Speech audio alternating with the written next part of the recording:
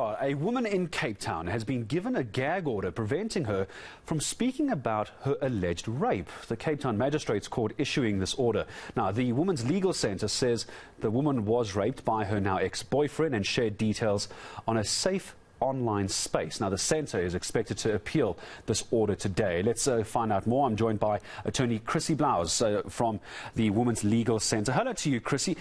It beggars belief how an order like this was passed, considering gender violence in the country, how much we need to talk about this so we can get on top of the problem. And now we have a court saying, I'm sorry, you can't talk about this. You must be fuming.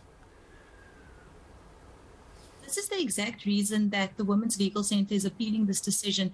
I think, as you rightfully mentioned, within the climate of gender-based violence in South Africa at the moment, where the President of South Africa has recognized it as a second pandemic, it is outrageous that the courts and our legal system is seeking to silence women from speaking about their experiences. And it sends a chilling effect throughout South Africa, because rape culture for so long has treated women with suspicion and perpetrators with impunity, forcing women into silence. And now, where women have built solidarity, community amongst each other, finally have the courage to speak about it, our very courts are the ones silencing them. Chrissy, I'm going to come back to this particular court order that we're talking about. I would like your thoughts on this, if you don't mind. I'm sure you know about the story earlier in the week as well. A acting judge handing down a judgment on a rape case as well, where we now got into this grey area. I can see you nodding. Now getting into this grey area of, because oral sex was consensual, obviously then penetrative sex was to be assumed. This is very worrying when we start seeing courts making these kind of judgments, considering, as you say, the second pandemic.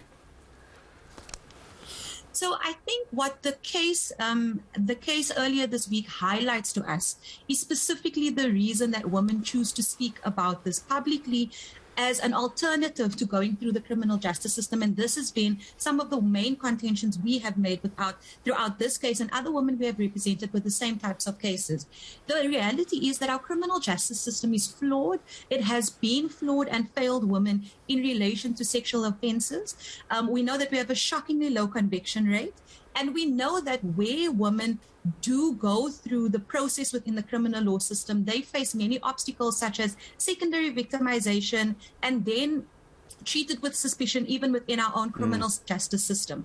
And this case is an example of how, from the outset within the magistrates' courts, the types of questions that were asked, the types of assumptions that were made around a woman's body, her bodily autonomy, and the issue of consent, and the bigger legal technical issues around when consent starts, when it stops. And so the current case that we are appealing today is a classic example of why women in South Africa are choosing to speak publicly, are choosing to confide in each other, are choosing to warn other women about their perpetrators as a means to protect them, as opposed to going through a criminal justice system which continues to fail women and which does not have a specific gendered lens and context needed in which to make its determinations.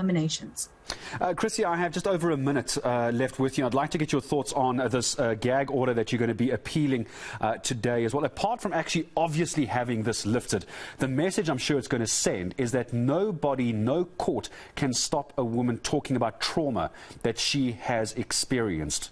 I imagine that's what we're trying to achieve here. Last minute is yours.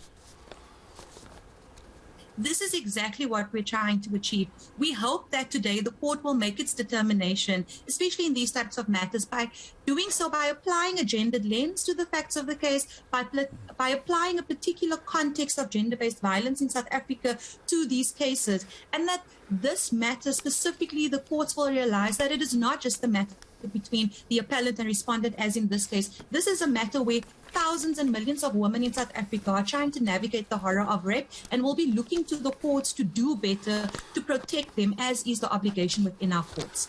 Yeah, I like that. The gender lens, I'm going to use that. The gender lens in this country, it seems very much, is still very much out of focus as well. Chriscy Blouws, thank you very much indeed. Attorney from the Women's Legal Centre joining us here on the South African Morning. Of course, we'll follow that court case and that outcome later in the day.